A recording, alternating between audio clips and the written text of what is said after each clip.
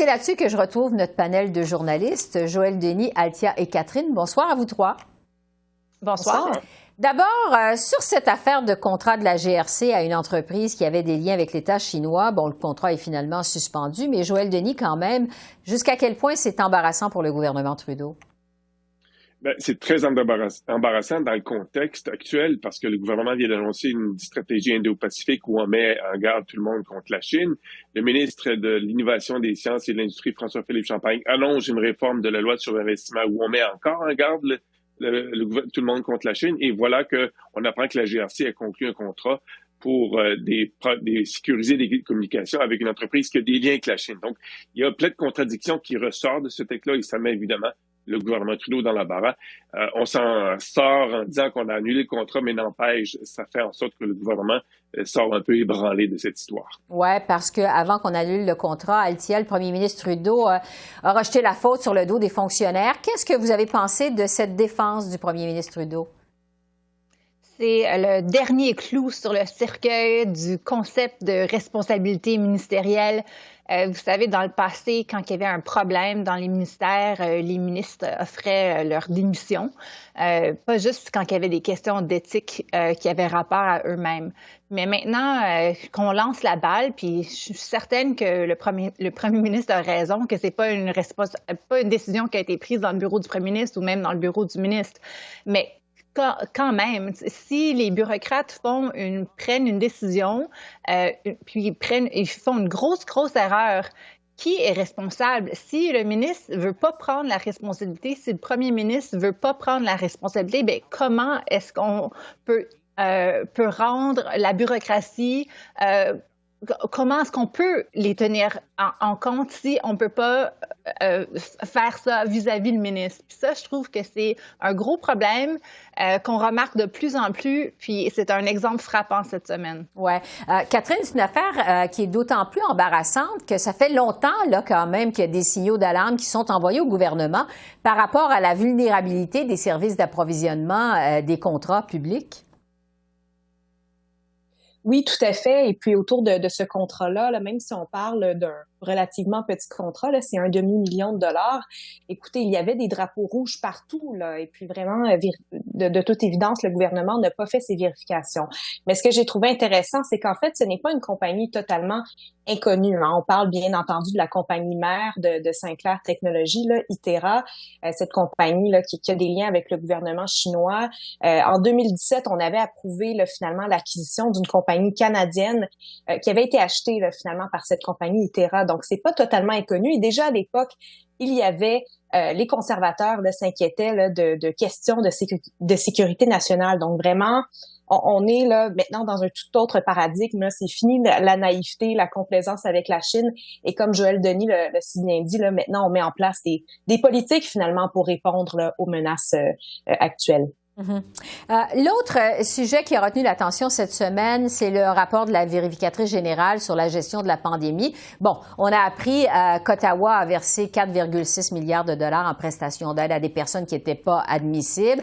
La vérificatrice estime aussi qu'il y a 27 milliards en aide pandémique qui devront être examinés par l'Agence du revenu du Canada. Joëlle Denis, évidemment, tout ça a été fait dans le feu de l'action, ces prestations canadiennes d'urgence, l'aide pandémique. On n'avait jamais affronté une pandémie avant, évidemment. Quel impact ça va avoir sur l'opinion publique, vous pensez?